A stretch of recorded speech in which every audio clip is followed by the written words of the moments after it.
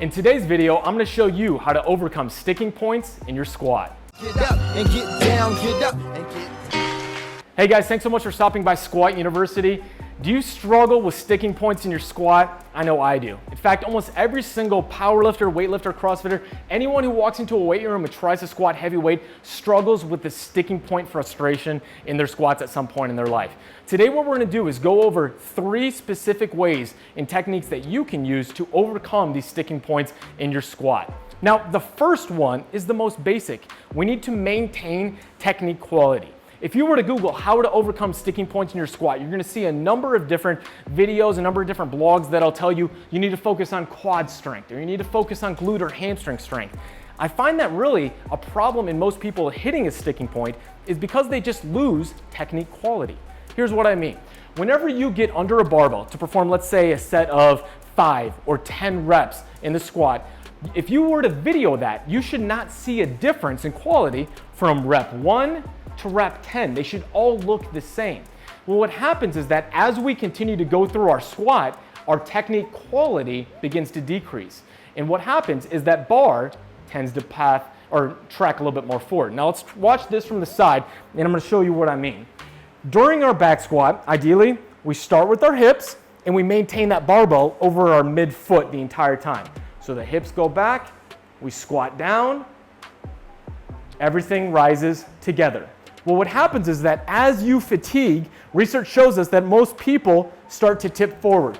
So they go down well, but this is what happens. Their hips shoot back, the chest moves forward, and then it's more of a struggle to get back up. So that's why most people hit that sticking point, is because on their ascent, their hips shoot back, the chest moves forward, and then it's much more of a struggle to get that chest up. So your first cue in maintaining postural integrity and maintaining the movement of your lift is to think hips and chest up at the same rate. Maintain balance.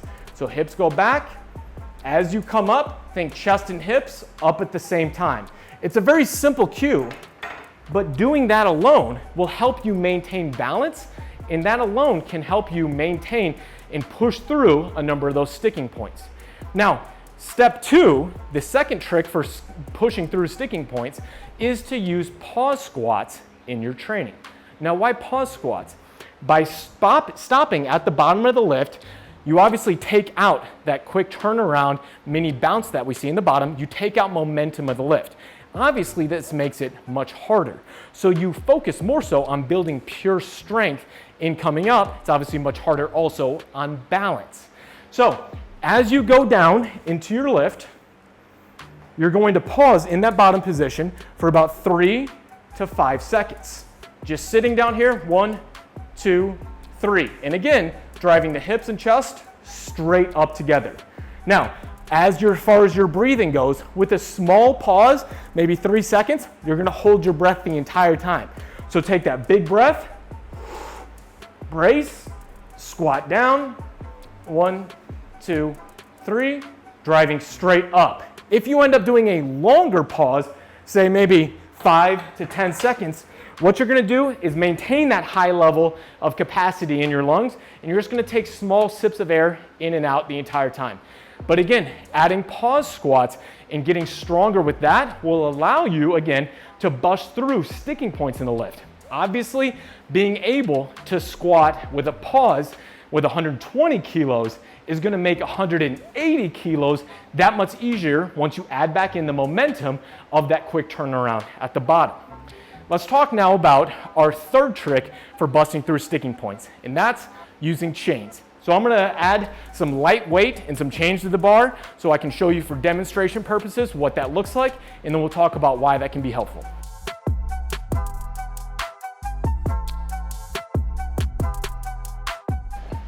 All right, now at this time, I only have 15 kilos lined up on the bar, so we've got 50 kilos right here, and we're using a chain setup with just one set of chains that adds about 20 pounds roughly, about 10 kilos to the overall lift.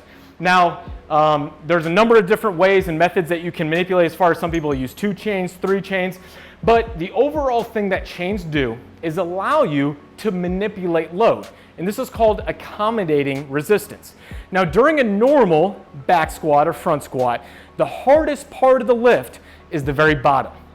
The easiest lift is at the top. So as you ascend with the squat, it becomes easier and easier. This is why someone can quarter squat 500 pounds, yet they can't even full squat 400 pounds. It's because it's much harder the deeper you go. Well, using chains allows us to manipulate this loading pattern and add more and more weight to the easiest part of the squat and make the easiest or the hardest part of the squat a little bit easier. So this is what it's going to look like. I'm going to take the bar off, and as I squat down, it's going to take load off the overall weight that I'm lifting. So at the top, we've got a certain amount of weight. As I go down, it's going to get easier and easier because the chains pile up on the ground. And then as I ascend, progressively more and more load is added back to the weight on my back. Okay, so this is what it's going to look like.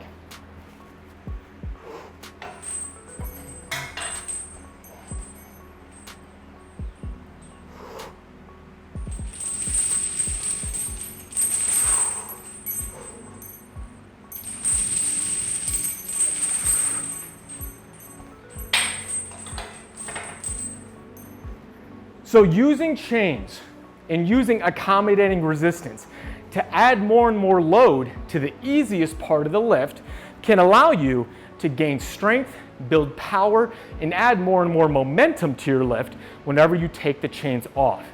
Now, a second less talked about reason for using chains is the ability to increase core stability and what we would call neural drive.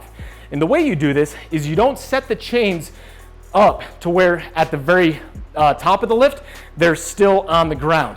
As you saw when I walked the chains out, the weight was still slightly dangling off the ground. What that does is when you have more and more load on, obviously more than I'm using for demonstration here, the chains start wiggling a little bit on the ground. It makes it much harder to balance. Well, in order to maintain stability of the lift, not break down and let the weight curl me over, I have to maintain stability. I have to brace hard. And what this does is it increases your neural drive. And the more stable you can become and the more strong and more tension you can develop in your body, the more power you can derive. And the easier and easier lifts will become. So using chains, yes, first off, we think improving power and strength through accommodating resistance, but it also is a great way to improve balance, increase neural drive, the tension that you can derive during a lift to help, again, continue busting through sticking points in the lift. So there are my 3 ways of improving your body's ability to push through sticking points in the lift. We have maintaining technique quality through the cues of just chest and hips rising at the same rate during the ascent of the squat. As you get fatigued, don't let that chest drop forward, which is going to increase the moment arm length on the hip and make it much harder to lift. Second thing, adding in pause squats to your lift. Improve your balance, improve your pure strength ability to get up out of the bottom of the squat, and then also adding chains to the lift. Using those 3 methods together will allow you to bust through those sticking points and hit some new big PRs. I hope you guys liked today's Squat University YouTube video. If you did, please share it with your friends, family, anybody at the gym that may be struggling with some sticking points in their lift. And again, subscribe to my channel on YouTube. Thank you guys so much again for stopping by the channel. And if you have any questions, please let me know in the comment section below. Until next time, guys, happy squatting. They say that energy flows where attention goes, so I pay no mind. Why waste my time with all these negative cats scratching? So caught up in their egos, these people have lost.